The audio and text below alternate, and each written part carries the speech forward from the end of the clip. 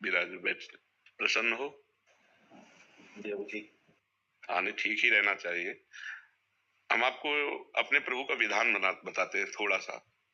जब प्रभु किसी पर कृपा करते हैं, मेरे भक्त का नाश नहीं होता, मैं कुलवान धनवान श्रीवानों के कुल में जन्म देता हूँ और फिर पुनः भक्ति का माहौल देता हूँ और पूर्व का जो भजन छूटा हुआ वही से उसको, अब बिल्कुल ऐसे ही रहो जैसे रह रहे हो, बिल्कुल संसारिक बन करके रहो, लेकिन अंदर का चिंतन आपका बदल जाए, अंदर के चिंतन में आपकी यश की भावना न रह जाए, अंदर के चिंतन में आपको धन बढ़ाने की भावना न रह जाए, अंदर का चिंतन हो जाए प्रभु बहुत जन्म व्यतीत हो गए, अब एक बार आपसे मिलना चाहती हूँ, एक बार आपसे मिलना चाहते हैं प्रभु, मुझे आप चाहिए, अब संसार नहीं, तो बात बन जाएगी, तो बात बन जाएगी। तो इसलिए आनंद पूर्वक भगवान का नाम जप करो, बिल्कुल चिंता मत करो। बाबा, क्या नाम जप से हो जाएगा? पूरा।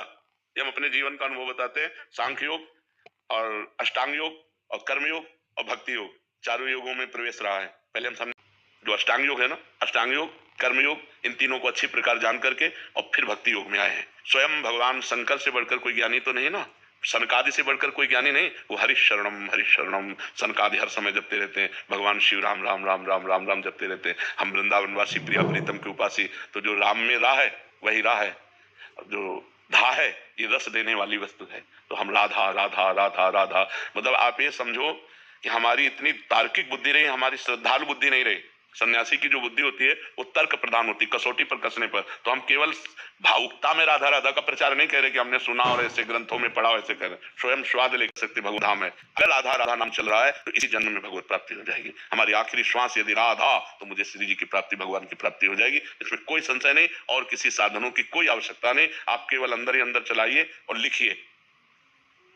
देखो हम जो कह रहे हैं उसको समझो, बहुत अधिक नाम जपने की हमें चेष्टा नहीं करनी, कम संख्या हो लेकिन मन लगा करके हो।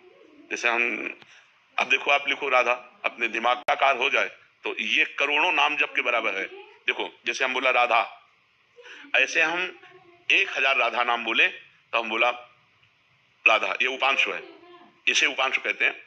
राधा राधा राधा राधा 1000 बार, ये उपांशु हुआ। एक